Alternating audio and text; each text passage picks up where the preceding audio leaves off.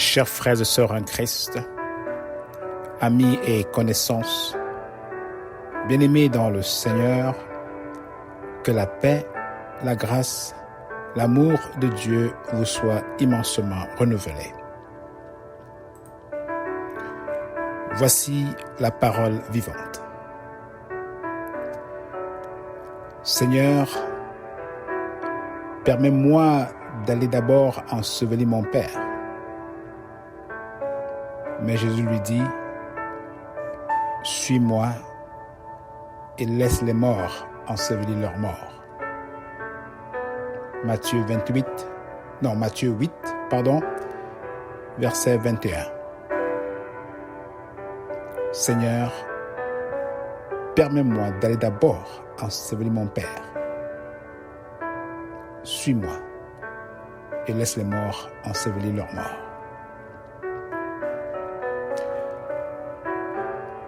Seigneur, tu mérites le meilleur et pas les restes. Tel est le titre de notre méditation d'aujourd'hui.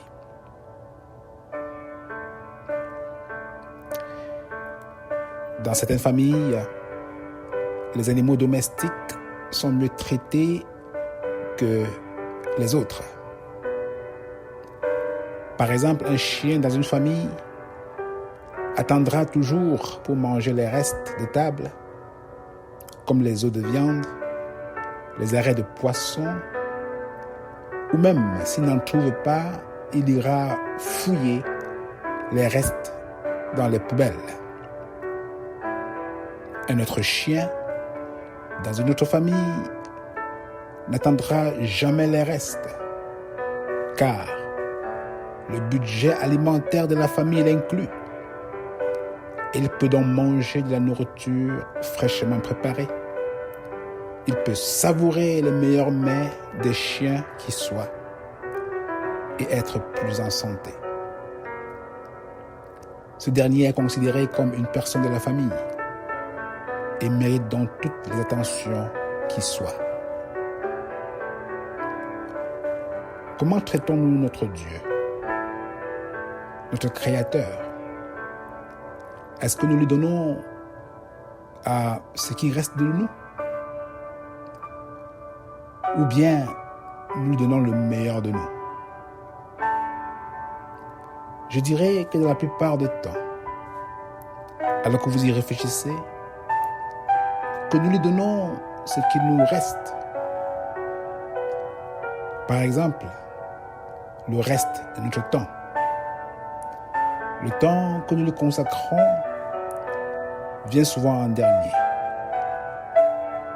Lorsqu'on demande parfois à quelqu'un « Viens et allons à l'église, louer Dieu, le servir, l'écouter », on a parfois des réponses comme « Quand j'aurai le temps, je viendrai ». En effet, quand j'aurai le temps, ou bien quand j'aurai fait tout ce que j'ai à faire maintenant avec mon temps et que je trouve un peu de temps qui m'en reste, alors j'irai à l'église. Un autre exemple, si l'on dit à quelqu'un « Donne ta vie au Seigneur Jésus et sois sauvé maintenant », d'aucuns auront tendance à renvoyer à demain, à renvoyer dans plusieurs années, comme si le lendemain leur appartenait. Et si la mort les surprenait en cours de route? Les familles parfois s'empressent de chercher un pasteur, un prêtre, afin de remettre au Seigneur les restes de la dépouille. Le Dieu qui nous a créés et qui nous aime préfère nous avoir de notre vivant pour le servir, pour le louer, pour l'adorer, au lieu d'avoir un corps mort qui ne lui serve plus à rien. Comme nous le dit le psalmiste, ce ne sont pas les morts qui célèbrent l'Éternel. Ce n'est aucun de ceux qui descendent dans le lieu du silence. Mais nous, Nous bénirons l'Éternel dès maintenant et à jamais. Psaume 115, versets 17 à 18. Si ce n'est pas le dernier temps que nous lui donnons, ou notre corps en dernier, c'est aussi la recherche de sa face, de sa volonté en dernier. C'est-à-dire la lecture, la méditation de sa parole, la prière, prennent la dernière place. Pourquoi? Car ce qui nous préoccupe souvent lorsque nous nous levons le matin du lit, ce n'est pas d'abord chercher la face du Seigneur et savoir ce qu'il veut de nous, mais c'est notre agenda qui nous préoccupe. Il faut qu'on aille rapidement s'apprêter pour aller à l'école afin de ne pas être en retard. Pour aller au travail, il faut rapidement sortir pour ouvrir sa boutique et avoir les premiers clients. Il faut rapidement sortir pour faire son triage afin d'obtenir les meilleurs vêtements. Il faut être debout très tôt pour aller à la boulangerie chercher du pain chaud ou conduire son taxi afin de prendre les premiers passagers et bien d'autres. Et après avoir épuisé toutes nos forces dans toutes ces choses qui occupaient notre agenda, il ne nous reste que peu de force et parfois même plus rien à la fin de la journée pour chercher la face de Dieu. On est fatigué, on veut dormir afin de renouveler nos forces pour recommencer la même routine le lendemain. Dieu aura récolté de nous les restes et le meilleur de nous serait allé ailleurs. Conscient de tout ce qui peut remettre Dieu en second plan dans sa vie, le psalmiste fera tout son possible pour d'abord lui donner le meilleur de lui avant toute chose et dira: je devance l'aurore et je crie. J'espère en tes promesses.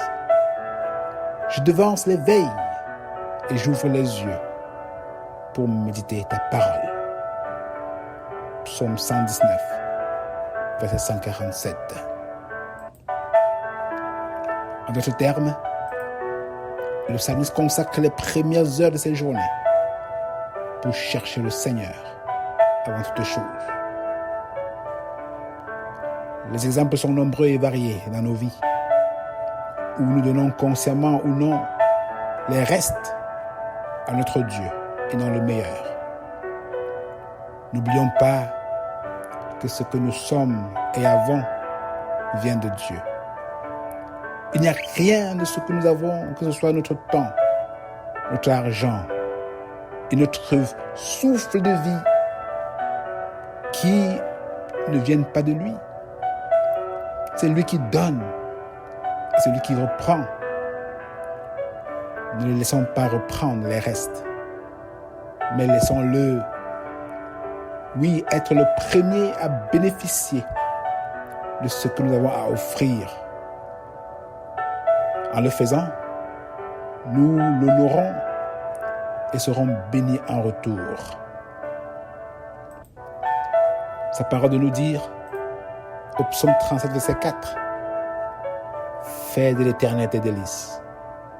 Fais de l'Éternel tes délices, et il te donnera ce que ton cœur désire. » C'est-à-dire, mets Dieu en premier en toutes choses, et il nous donnera ce que notre cœur désire.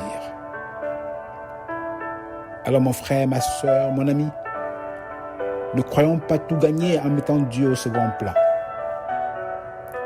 Non. Au lieu d'attendre quand nous n'aurons plus de force à notre vieillesse pour vouloir servir le Seigneur, pourquoi ne pas prendre la décision dès aujourd'hui, même de le servir, quand nous avons encore toute la force nécessaire dans nos bras?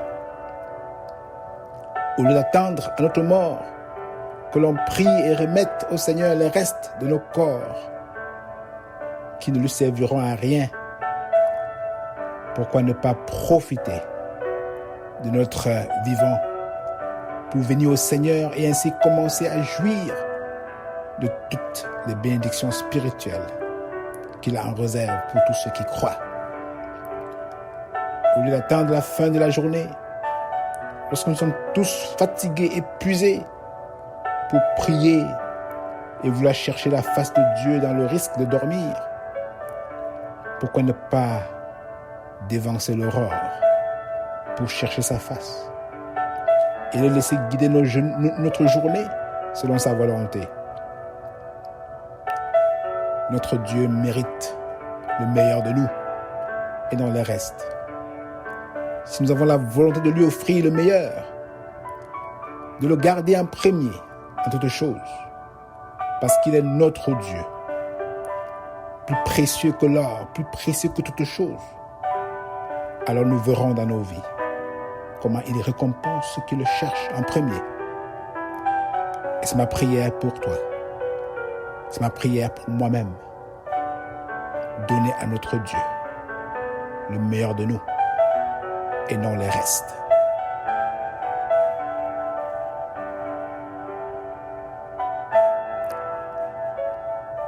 Prions.